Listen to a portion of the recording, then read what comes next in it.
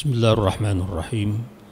Assalamualaikum warahmatullahi wabarakatuh. Alhamdulillahi rabbil alamin wa bihi nasta'in ala umurid dunya waddin. Wassalatu wassalamu ala asyrafil anbiya'i wal mursalin sayyidina wa maulana Muhammadin wa ala alihi wa ashabihi wa ummatihi ila yaumiddin, amma ba'd. Faqala subhanaka la ilma lana illa ma 'allamtana innaka antal alimul hakim.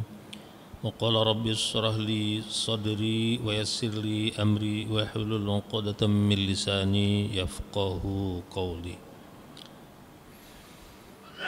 Ma'asyiral jamaah salat maghrib yang dimuliakan Allah subhanahu wa ta'ala, syukur alhamdulillah kita sanjungkan puja dan puji ke hadirat Allah subhanahu wa ta'ala yang telah melimpahkan taufik, hidayah, inayah dan berbagai anugerah yang diberikan kepada kita. Alhamdulillah pada hari ini kita dalam keadaan sehat walafiat dan dapat melaksanakan tugas dan kewajiban. Mudah-mudahan senantiasa Allah subhanahu wa ta'ala memberi keberkahan dalam hidup kita fid dini wa dunia al-akhirah.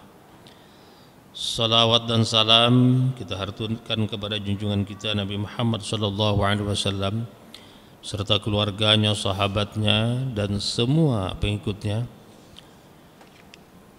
dan tentu saja umat Nabi Muhammad sallallahu alaihi wasallam hingga akhir zaman. Ma'asyiral muslimin rahimakumullah, kita lanjutkan kajian kita untuk meneruskan beberapa kajian mengenai hadis-hadis Rasulullah sallallahu alaihi wasallam. Pada pertemuan pekan-pekan yang lalu kita masih membahas tentang istihbabut tabsyir wa tahni'ah bil khair. Jadi anjuran untuk senantiasa memberikan kabar gembira dan juga mengucapkan selamat untuk hal-hal yang baik dalam kehidupan ini. Di dalam beberapa hadis yang lalu kita sudah bahas tabsyirah dari Nabi sallallahu alaihi wasallam kepada istrinya Khadijah yang sudah wafat mendahulunya, kemudian juga pemberian kabar gembira pada sahabat-sahabat Rasulullah sallallahu alaihi wasallam, antara lain disebabkan karena para sahabat itu menjalankan apa yang diperintahkan oleh Allah dan Rasulullah sallallahu alaihi wasallam. Karena itu diberikan kabar gembira oleh Nabi sallallahu alaihi wasallam bi anna lahumul jannah, dengan surga. Kemudian juga di beberapa hadis terkait dengan tabsyirah ini ada hadis-hadis yang dirasakan baik oleh perawinya maupun yang jadi sandaran, jadi sanadnya, bahwa ia merasakan bagaimana di zaman Rasulullah sallallahu alaihi wasallam, kemudian bagaimana di zaman sebelum Islam, sebelum ia beriman kepada Rasulullah dan Allah Subhanahu wa taala, dan kemudian bagaimana juga ia hidup di masa-masa sahabat Rasulullah sallallahu alaihi wasallam, di masa Khulafaur Rasyidin, dan bahkan sampai di ujung sahabat-sahabat Nabi sallallahu alaihi wasallam. Antara lain itu kemarin kita lihat di Abu Musa al-Asy'ari dan kemudian di Amr bin As, yang dua-duanya punya kisah tersendiri dalam tahkim di Daumatul Jandal, di mana keduanya mewakili pimpinan-pimpinan. Pada waktu itu Ali bin Abi Thalib diwakili oleh Abu Musa al-Asy'ari, kemudian Muawiyah bin Abi Sufyan diwakili oleh Amr bin As. Amr bin As di saat-saat akhir hayatnya ia menghadap tembok lalu kemudian ia menangis Dan kemudian ditanya oleh anaknya Abdullah bin Amr, kenapa ayah menangis? Padahal Nabi SAW itu sudah menjamin bahwa ia diberikan dengan kabar gembira, dan kabar gembira itu adalah surga. Ada beberapa jawaban yang disampaikan oleh Amr bin As. Nah, rangkaian kajian kita malam hari ini, mari kita sama-sama awali dengan suratul Fatihah. Pertama, sebagaimana biasa kita niatkan bahwa mudah-mudahan Allah Subhanahu wa taala memberi keberkahan dalam hidup kita, keafiatan, kesehatan, kemudahan dalam berbagai urusan. Yang kedua, kita juga berharap jika ada saudara-saudara kita yang kurang sehat atau yang sakit, Allah angkat penyakitnya dan kesehatannya dikembalikan seperti sedia kala. Yang ketiga, jika ada saudara-saudara kita yang mungkin karena tugas-tugas harus berada di lapangan, mudah-mudahan Allah Subhanahu wa taala memberikan kemudahan, memberikan perlindungan, dan juga memberikan bahwa tugas-tugas itu dapat dilaksanakan dengan sebaik-baiknya. Dan untuk saudara-saudara kita yang keempat Fatihah kita niatkan, yang kena musibah baik di dalam maupun di luar negeri, di berbagai tempat, mudah-mudahan Allah senantiasa memberikan perlindungan, senantiasa Allah Subhanahu wa taala memulihkan trauma, Allah Subhanahu wa taala mengembalikan kenyamanan, keamanan dalam hidupnya, dan Allah Subhanahu wa taala memberikan jalan keluar dari apa-apa yang merupakan kesulitan dalam hidupnya. Wa ala hadhihi niyyah wa ala kulli antum salihah wa ila hadratin Nabil Mustafa Sayyidina Muhammad sallallahu alaihi wasallam. Al-Fatihah. A'udzu billahi minasyaitonir rajim. Bismillahirrahmanirrahim. Alhamdulillahi rabbil alamin arrahmanir rahim maliki yaumiddin. Iyyaka na'budu wa iyyaka nasta'in. Ihdinas shiratal mustaqim shiratal ladzina an'amta 'alaihim ghairil maghdubi 'alaihim waladdallin. A'udzu billahi minasyaitonir rajim. Bismillahirrahmanirrahim. Babu wada'ius sahibi wa wasiyatihi 'inda firaqis safari wa ghairihi wa du'a'i lahu wa talabid du'a'i minhu.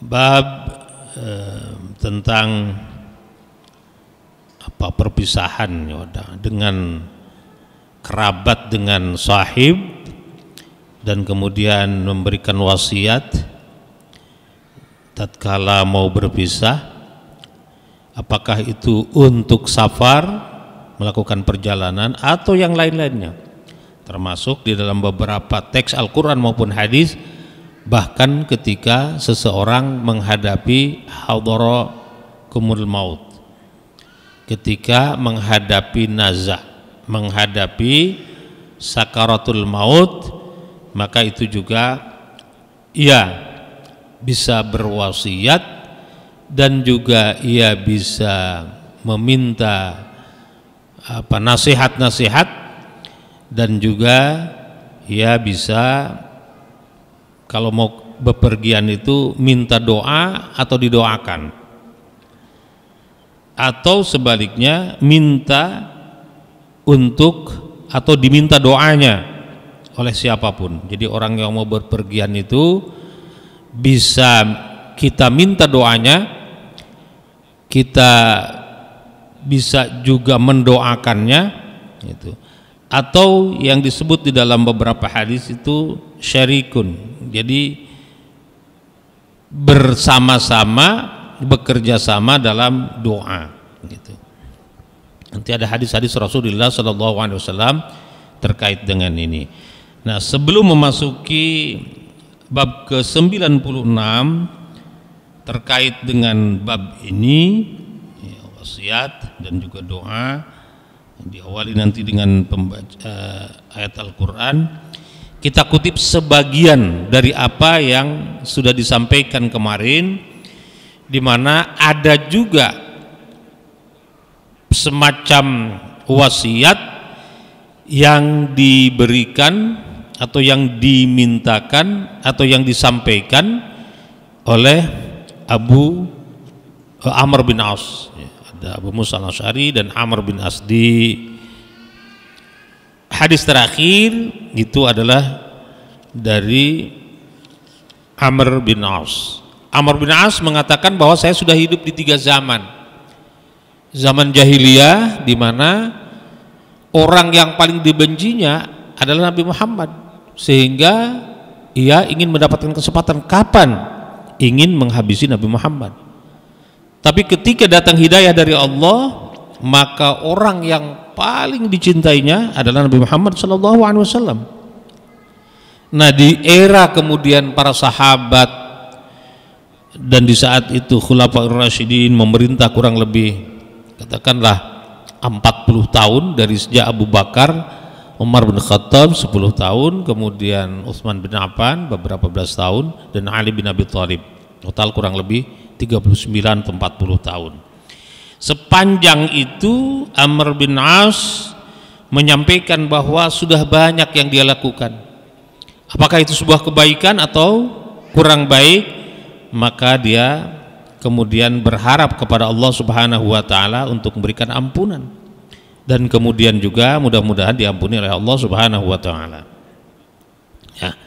Di dalam pesannya, maka Amr bin As itu antara lain kepada anaknya Abdullah bin Amr bin As, "Fa idza ana mutu fala tasahhabanni naihatun wala narun." Kalau saya meninggal, jangan diantar oleh orang-orang yang naihah, yang niyahah, yang teriak-teriak menangisi dengan berlebih-lebihan. Niyahah itu, nah, itu jangan katanya. Biasanya perempuan, dan karena itu perempuan makruh kalau mengantar baik suami atau keluarganya ke makom atau ke kuburan, ke makbarah. Nah, di sini Amr bin As juga begitu pesannya, supaya jangan diantar oleh orang yang naihah, yaitu yang banyak merintih-merintih, kemudian menangis dengan suara-suara yang keras, seolah menyesali bahwa suaminya misalnya atau keluarganya, apakah itu anaknya, meninggal dunia. Naihah wala narun, dan juga jangan ada api. Ini seringkali dipakai di beberapa daerah atau di kampung-kampung itu, sampai pantang istilahnya untuk menyalakan api pada saat ada kematian di rumah itu. Ya, itu ada yang begitu. Ini teksnya antara lain orang melihat kepada apa yang dipesankan oleh Amr bin As kepada anaknya. Fa idza dafantumuni fashunnu alayya turaba shannan. Kalau saya sudah dimasukkan ke liang lahat lalu mau ditimbun, fa idza dafantumuni, kalau saya sudah ditimbun, fashunnu alayya turab shannan, maka timbunlah saya dengan turab, dengan tanah, shannan, pelan-pelan saja. Kan di beberapa keterangan para ulama itu sampai ada kepalan-kepalan yang tanah itu kemudian pakai ganjel dan yang lain, dan dibacakan antara lain di surah misalnya inna anzalnahu fi lailatul qadr, al-qadr, lalu kemudian dipakai. Jadi pelan-pelan ya tanahnya. Kemudian apalagi yang dipesankan Amr bin As kepada keluarganya, terutama kepada anaknya, summa aqimu haula qabri qadaromatun haru jazurun. Kemudian aqimu, berdirilah, haula qabri, di sekitar kubur saya, makam saya. Jadi kalau sudah ditimbun, sudah dipenuhi dengan tanah, sudah ada gundukan tanah untuk menimbunnya, ya itu supaya aqimu haula qabri, masih harus berdiri di sekitar kuburanku, makamku, kata Amr bin As, qadaro matun haru jazur, sekira atau sekitar matun haru, disembelihnya binatang, dalam hal ini adalah unta, jazur ya. Jadi selama apa atau waktunya seberapa lama, maka dikatakan selama penyembelihan jazur, yaitu unta perempuan ya, unta betina, unta jantan juga sama. wa yuqsamu lahmuha, dan dibagikan dagingnya. Jadi bukan hanya disembelih yang hanya beberapa saat, tapi kemudian sampai dipotong-potong dan dibagikan dagingnya. Wah, lumayan juga ini, mungkin bisa setengah jam gitu. Jadi dia minta para sahabat-sahabatnya yang mengantarkannya ke makam, ke kuburan, termasuk keluarganya, supaya tetap berdiri di sekitar makamnya, kuburnya, makbarahnya, tempat peristirahatan terakhirnya kalau istilah kita, itu sekira unta disembelih dan kemudian dipotong serta dibagikan dagingnya. Wa yuqsamu lahmuha. Untuk apa? Hatta asta'nisa bikum, hingga saya merasa senang. Karena di beberapa hadis Rasulullah Shallallahu Alaihi Wasallam ketika pulang misalnya dari Badar, itu kan penghuni kuburnya orang-orang Quraisy itu diajak ngomong oleh Rasulullah Shallallahu Alaihi Wasallam. Atau di satu saat Rasulullah Shallallahu Alaihi Wasallam lewat di kuburan, kemudian dia mendengar rintihan orang yang menangis di dalam kubur. Lalu kemudian Rasulullah Sallallahu Alaihi Wasallam mengambil pelepah kurma dan ditancapkan di dalam di atas makamnya, di atas kuburnya.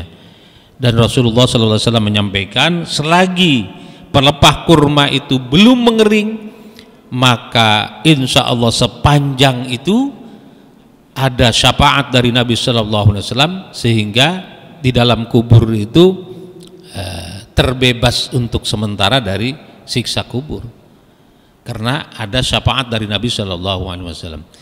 Dan karena itu kalau kita baca teks-teks keagamaan di kitab-kitab tradisional disebutkan misalnya, bagaimana dengan bunga yang ditebarkan di atas makam setelah pemakaman usai, itu disamakan hukumnya dengan Nabi meletakkan pelepah kurma di atas kuburan itu. Jadi selagi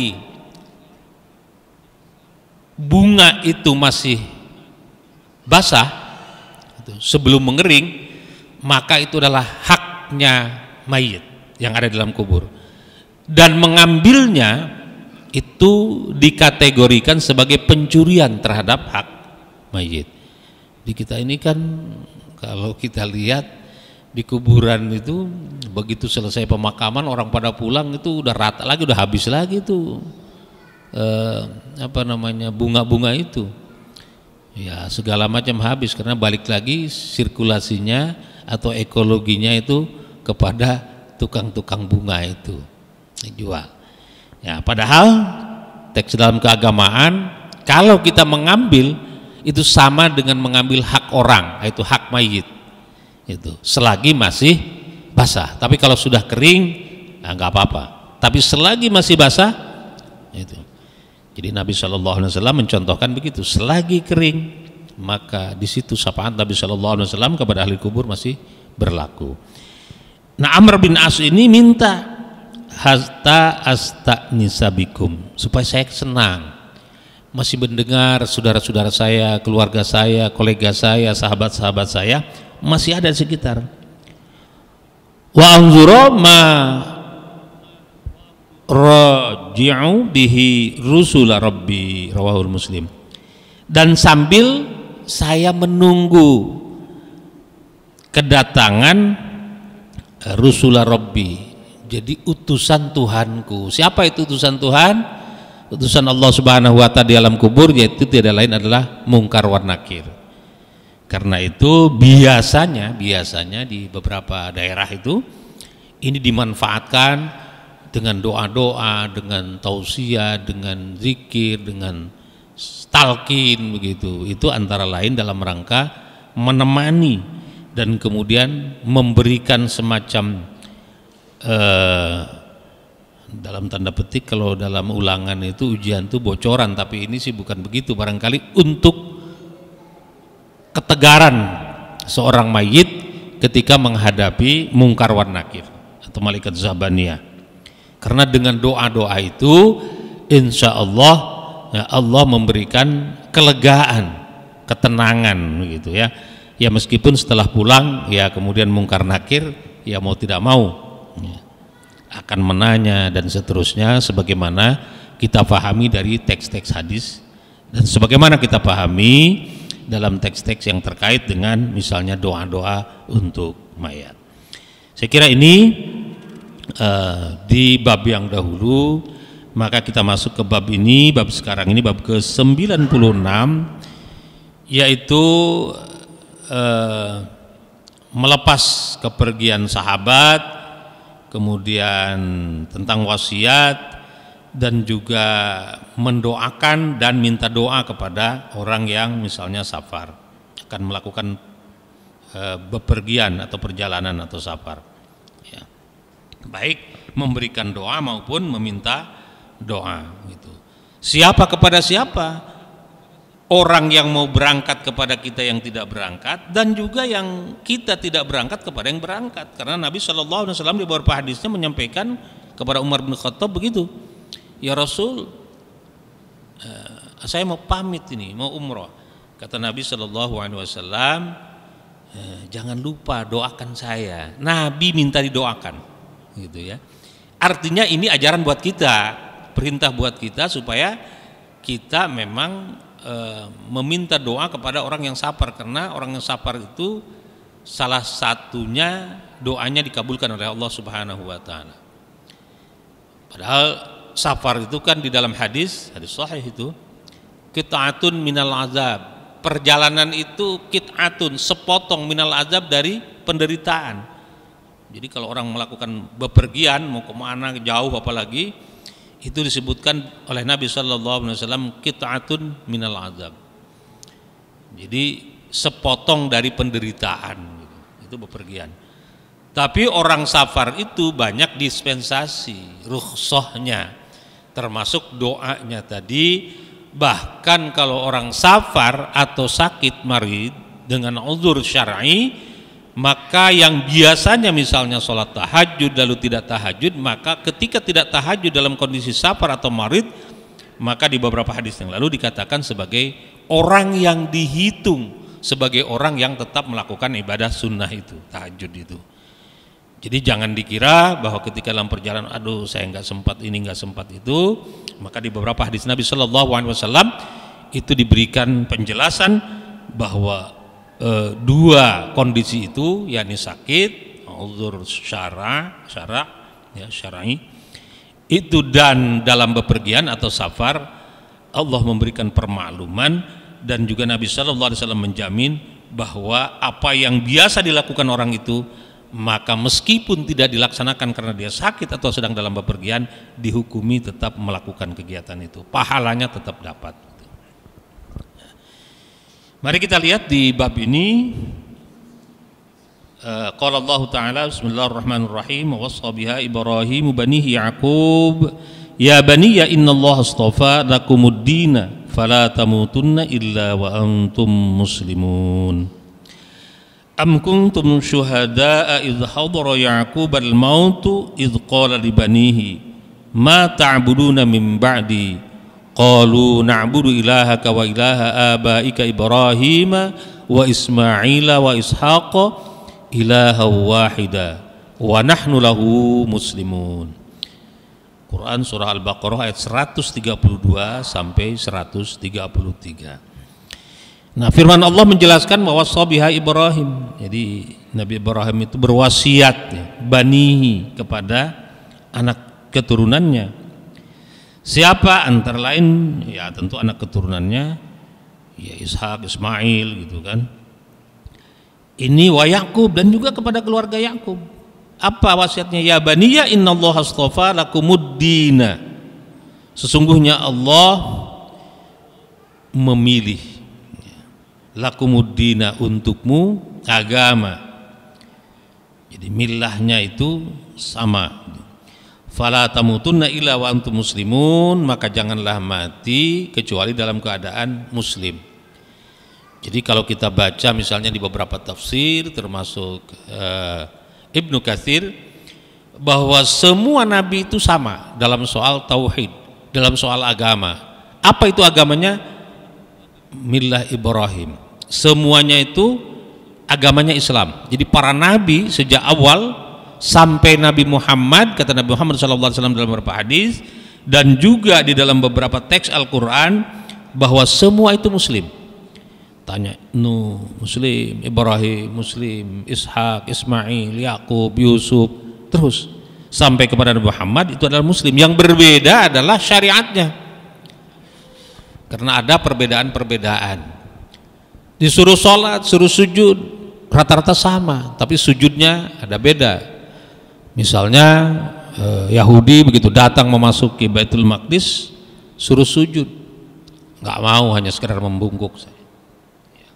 Karena itu kemudian Nabi Muhammad SAW menyampaikan ruku, sujud gitu ya, supaya berbeda dari umat Yahudi itu. Jadi ada perbedaan. Sholatnya sholat, semua dapat syariat sholat, tapi tentu syariat sholatnya berbeda, gerakan-gerakannya berbeda.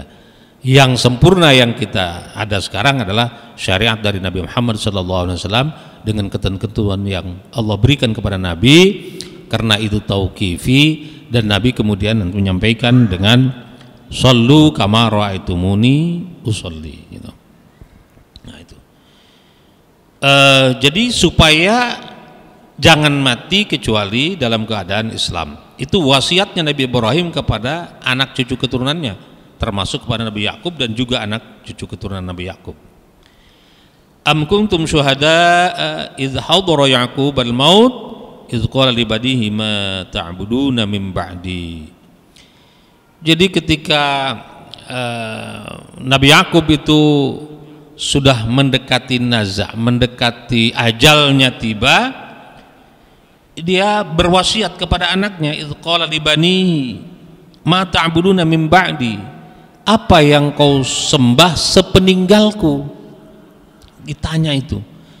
Jadi yang paling penting yang ditanyakan dan diwasiatkan oleh orang tua kepada anaknya adalah kalimat ini, ma ta'buduna min ba'di, apa yang kalian sembah nanti sepeninggalku. Bukan ma ta'kuluna min ba'di, bukan apa yang kau makan nanti sesudahku, itu enggak. Atau apa yang kau kerjakan untuk kehidupan, enggak. Tapi yang pokok adalah ma ta'buduna min ba'di. Jadi apa yang akan kau sembah sepeninggalku. Mereka menjawab, anak-anaknya ini, qalu, ya kita tahu anak-anaknya Nabi Yakub itu. Kalau di surah Yusuf ada berapa itu, 11 12 dengan Nabi Yusuf ya, itu kemudian ibu bapaknya itu, jadi anaknya itu 12 ya, dari beberapa istrinya ada 4 disebutkan. Itu mereka sudah mengatakan na'budu ilahaka wa ilaha abaika Ibrahima wa Ismaila wa Ishaqa ilaha wahida. Saya akan, atau kami akan menyembah ilahaka, Tuhanmu, wa ilaha abaika, dan Tuhan bapak-bapakmu, nenek moyangmu. Siapa itu? Ibrahim, kemudian Ishak, Ismail, Ishak. Nah ini urutannya begini, kan banyak perdebatan siapa yang duluan kan gitu. Jadi sini di teks ayat ini jelas Ibrahim punya anak Ismail dari Hajar, kemudian Ishak dari Sarah. Nah, itu ilah wahidah, mereka mengatakan Tuhan yang satu, yang esa, yang tunggal. Wa nahnu lahu muslimun, dan kami adalah muslim, Islam. Jadi anak-anaknya Yakub mengatakan mereka berjanji untuk menyembah Allah, menyembah Tuhan yang satu, yang esa, dan mereka mengatakan menjadi orang-orang yang tunduk beragama Islam. Meskipun dalam teks kesejarahan kita lihat di Al-Quran, waduh luar biasa anak keturunannya Nabi Yakub itu. Awal-awal saja ayahnya yang Nabi, ayahnya yang ayah kandung sendiri, keturunan Nabi sudah dibohongi. Waja'u qamisahu bidamin kadzib. Mereka datang dengan membawa gamis Yusuf bidamin, dengan darah kadzib, palsu. Jadi ayahnya sudah dibohongi itu. Dan masih banyak kebohongan-kebohongan, dan kemudian protes-protes dalam kehidupan.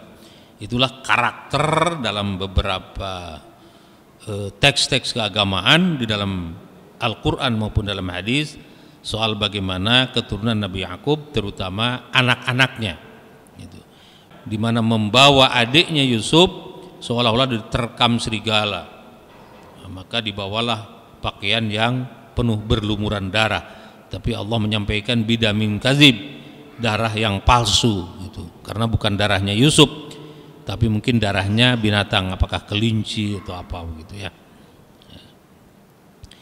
Nah di sini mereka mengatakan wa nahnu lahu muslimun, mereka itu orang muslim. Itu Al-Baqarah ayat 133-nya itu. Wa amal hadis, adapun hadis, ya ini banyak hadisnya. Nabi Ibrahim kita tahu adalah pembangun pertama Baitul Maqdis. Itu pernah Nabi SAW ditanya oleh para sahabat, rumah ibadah pertama kali di muka bumi ini di mana ya Rasul? Rasulullah SAW itu Masjidil Haram, karena Al-Quran menyebutkan inna awwala baitin wudi'a lin-nasi lallazi bi Bakkata mubarakah. Jadi rumah ibadah yang pertama kali dibangun ya di Makkah itu, yaitu Masjidil Haram ya. Kemudian kata sahabat itu mana lagi setelah itu, yaitu Baitul Maqdis Al-Aqsa. Kamsa, berapa lama itu perbedaannya? Disebut arba'una sana, atau ada yang menyebut khamsuna sana. Tapi yang populer adalah 40 tahun. Karena Mekah, Masjidil Haram dibangun oleh Nabi Ibrahim beserta Nabi Ismail putranya. Sementara Baitul Maqdis dibangun oleh Nabi Yakub. Nabi Yakub itu di beberapa teks yang sebelumnya nama aslinya dalam bahasa Ibrani adalah Israel. Jadi Israel itulah nama lain daripada Yakub. Dalam bahasa Ibrani Isra itu artinya sama dengan Abdun, Il itu sama dengan Allah atau Tuhan. Jadi Israel artinya adalah Abdullah gitu. Jadi kalau disebut Bani Israel itu berarti keturunan Nabi Yakub. Kalau disebut Israel itu berarti Nabi Yakubnya sendiri gitu ya. Jadi Bani Israel adalah anak cucu keturunan daripada Nabi Yakub alaihissalam, cucu daripada Nabi Ibrahim. Ibrahim punya putra yaitu Ishak dan juga Ismail. Dari Ishak menurunkan Yakub, dari Yakub antara lain menurunkan Yusuf.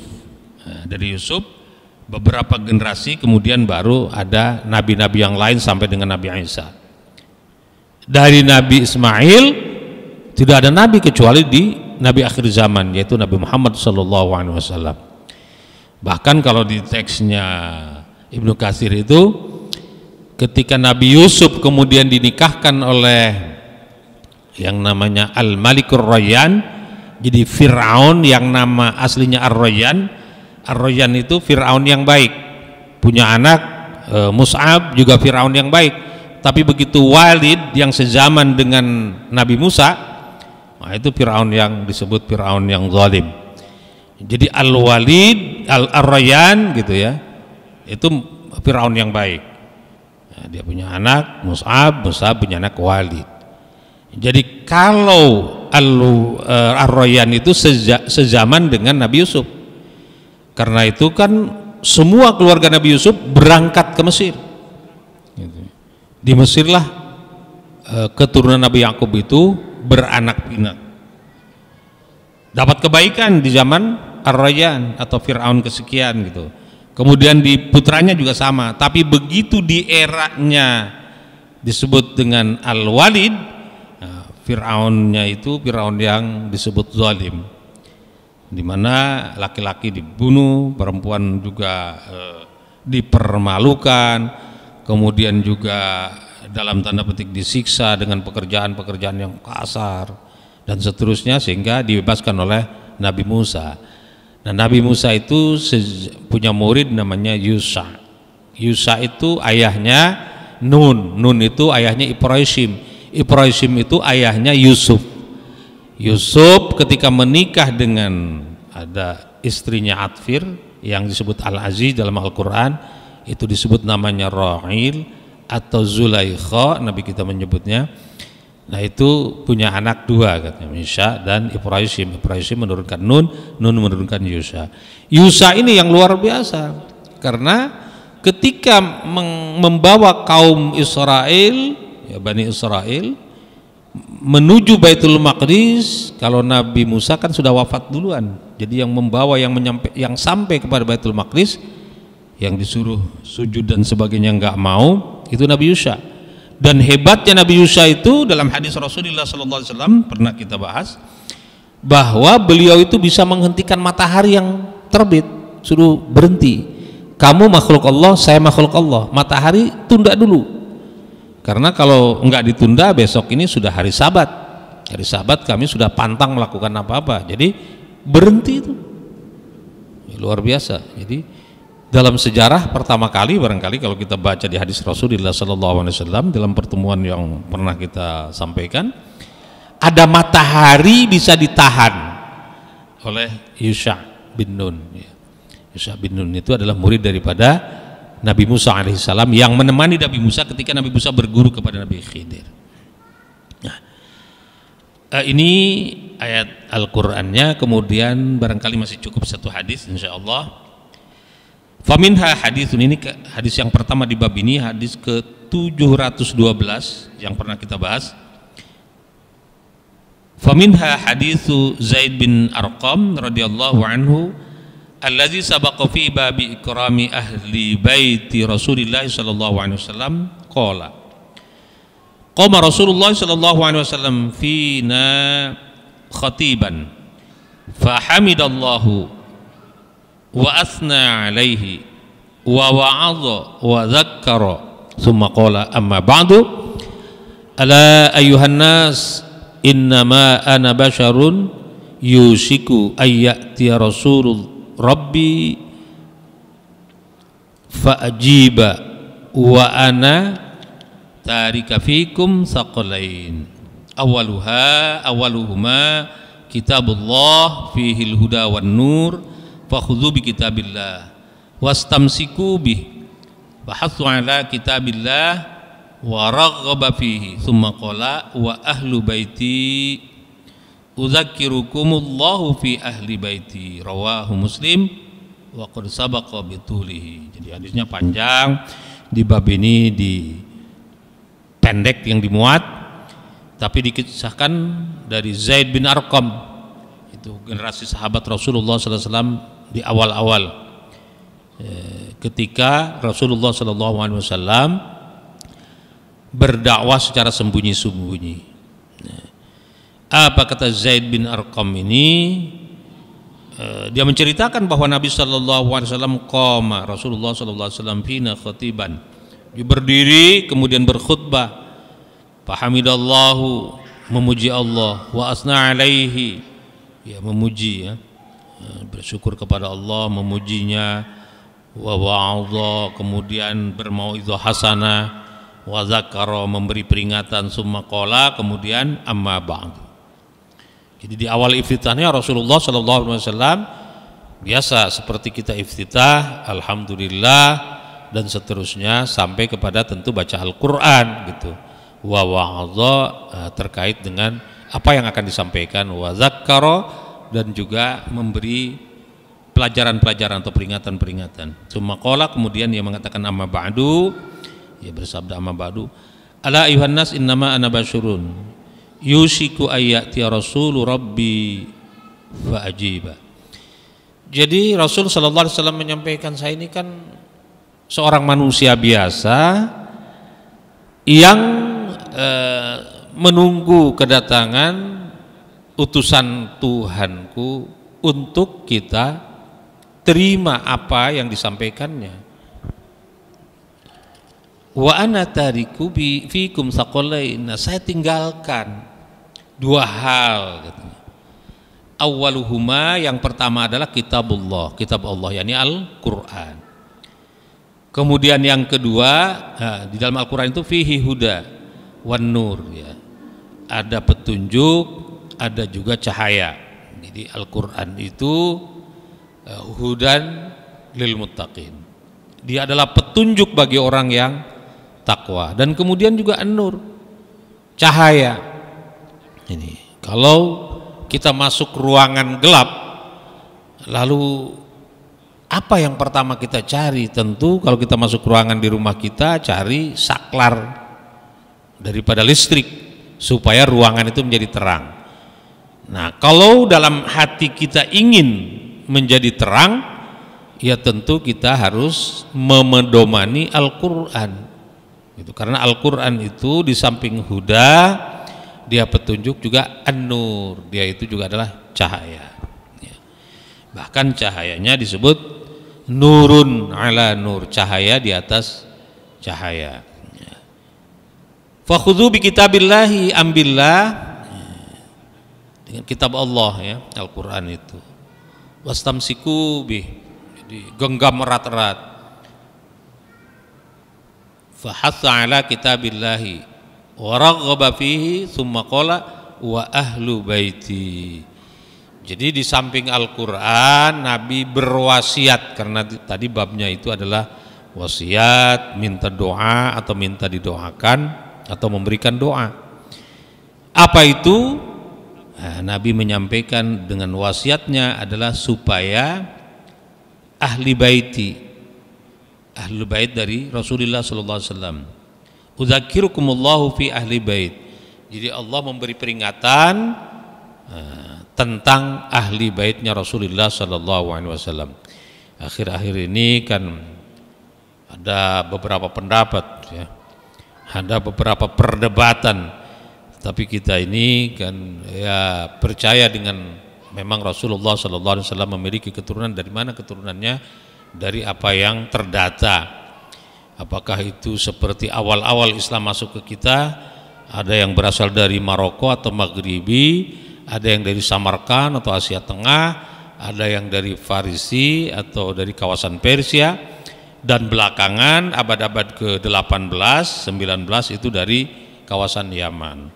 Di samping yang dari Persia itu dalam beberapa hal itu adalah melalui Gujarat. Nah, itu kalau teori-teori masuknya Islam begitu banyak, dan kita meyakini pasti bahwa di antara para mubalik itu ya tentu ada keturunan-keturunan Rasulullah sallallahu alaihi wasallam. Kalau dari Yaman misalnya bersumber dari satu keturunan, katakanlah Ubaidillah, tentu dari luar Yaman itu Hadramaut jauh lebih banyak lagi. Karena itu kan sudah menyebar ke Eropa, ke kawasan Afrika Utara, ke kawasan Asia Tengah, juga ke kawasan Asia Kecil, dan seterusnya sampai kepada kita. Jadi sangat banyak. Jadi kalau para habaib, para sayyid yang ajar kita, yang bersumber dari Hadramaut, itu hanya satu bagian dari zurriyatul Rasul dari berbagai tempat itu tadi. Secara umum kita bisa katakan demikian, tapi wallahu alam memang memerlukan juga semacam apa gitu tashih, ya, dari orang-orang yang memiliki kemampuan di bidang itu. Tapi bagi kita barangkali ya kalau memang itu diakui ada rabithahnya, ya kita ikut-ikut saja barangkali begitu.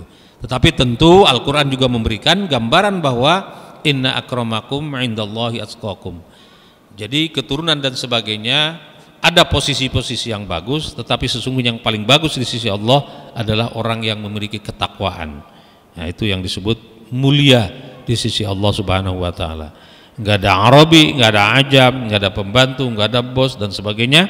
Di sisi Allah adalah indallahi atqakum. Saya kira begitu. Ini baru hadis yang pertama, kedua maaf di bab ini ya. Oh maaf, ini hadis yang pertama baru di bab ini, atau hadis ke-713. Nanti untuk pertemuan yang akan datang kita lanjutkan kepada hadis yang kedua, ketiga, atau ke-713, 714 dan seterusnya. Barangkali ada yang ingin ditanyakan, ingin disampaikan atau ingin ditambahkan, saya persilahkan terkait dengan apa yang hadis-hadis kita sampaikan, atau juga mungkin ada hal-hal yang penting untuk disampaikan. Insya Allah paling tidak kalau nggak bisa dijawab sekarang, pada pertemuan yang akan datang. Sekarang ini masih ada waktu sekitar 3 menit barangkali ya. Ya paling tidak kalau pertanyaannya itu bisalah kita serap, dan mudah-mudahan nanti pada pertemuan yang akan datang kita bahas. Terima kasih. Wa'alaikum minkum. Assalamualaikum warahmatullahi wabarakatuh.